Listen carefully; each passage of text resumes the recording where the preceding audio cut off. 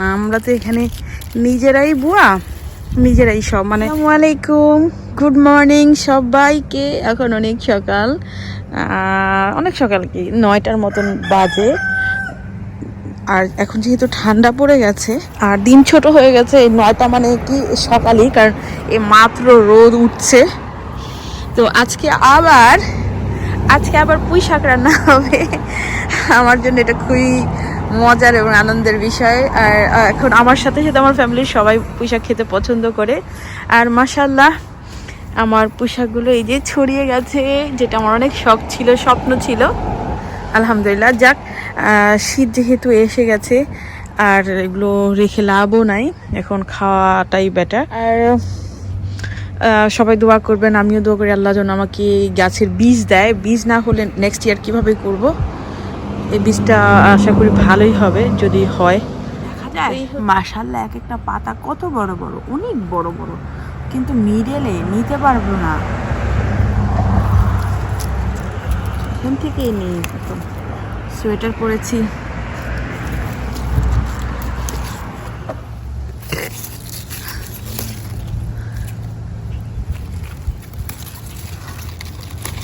আমার হাত দেখে লাভ নাই। হ্যাঁ, আমি কৃষানীদের হাতের অবস্থা এরকম থাকে, এই যে হাতটা কেটে গেল। আর বারবার না গ্লাভস পরা সম্ভব হয় না। হ্যাঁ, এতবার আমি গার্ডেনে আসি আর এত কাজ করতে হয় একা একা। বাংলাদেশে যারা আছেন তাদের তো এত কিছু ওয়াশ করতে হয় না। আমরা তো এখানে নিজেরাই বুয়া, নিজেরাই সব। মানে আমাদের বুয়ার কাজটা নিতে দেরি করতে হয়, ধোয়া মোছা সব কিছু। আর আমার যেহেতু একটু খুঁতখুঁতে স্বভাব আছে, তো বারবার ধুতে হয়। তো লোশন টোশন যাই লাগাই না কেন, সেগুলো আর লঙ্গার হয় না। লাইক কিছু ফিউ মিনিটসের মধ্যে এটা শেষ। আর বাফলোর ওয়েদার অনেক অনেক ড্রাই, উইন্টারও আমার কিছু লাগাতে হয় না এই লোশন টোশন। আর সেই মানুষের এখন 24 আওয়ার্স খালি একটু পর পর লাগাতে হয় লোশন অয়েল, তারপরেও কাজ হয় না, এই আর কি। আর হ্যাঁ, একটা মজার কথা শেয়ার করি। গতকালকে না আমি ভালোই পুঁই শাক কুক করছিলাম, অনেকগুলো কুক করেছি, কারণ আমি একটু বেশি বেশি সবসময় করি। এটাই মানে ফ্যামিলি থেকে শিখছি, অল্প করতে পারি না।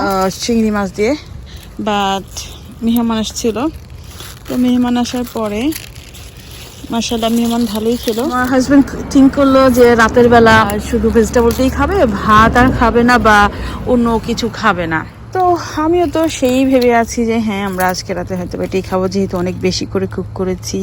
আর আলহামদুলিল্লাহ আল্লাহ যেহেতু দিয়েছেন, এখন তো খাওয়ারই টাইম। কিন্তু সন্ধ্যাবেলা আসলে আরেক মেহমান, সেই মেহমানকে খাওয়ার কথা অফার করাতে সে বলে বরঞ্চ দিয়েই দেন। তাকে দিয়ে দেওয়ার পরে আর রাতে খাওয়ার কিছু ছিল না। এখন আমার হাজবেন্ড বলছে আমরা রাতে খাবো কি, মানে আমাদের খাওয়ার আর কিছুই ছিল না, এই হলো ব্যাপার। তো আমি বললাম যে আচ্ছা ঠিক আছে, আগামীকালকে আবার কুক করব। আর সেই জন্যই সকাল সকাল পুঁই শাক নিতে চলে এসেছি। আমি আরেকটু নেই, তারপরে বাসায় চলে। সবাই ভালো থাকবেন, আমাদের জন্য দোয়া করবেন, আমরা আপনাদের জন্য দোয়া করি। পরবর্তী ভিডিও দেখার মতন জানিয়ে এখানে বিদায় নিচ্ছি। আল্লাহ হাফেজ।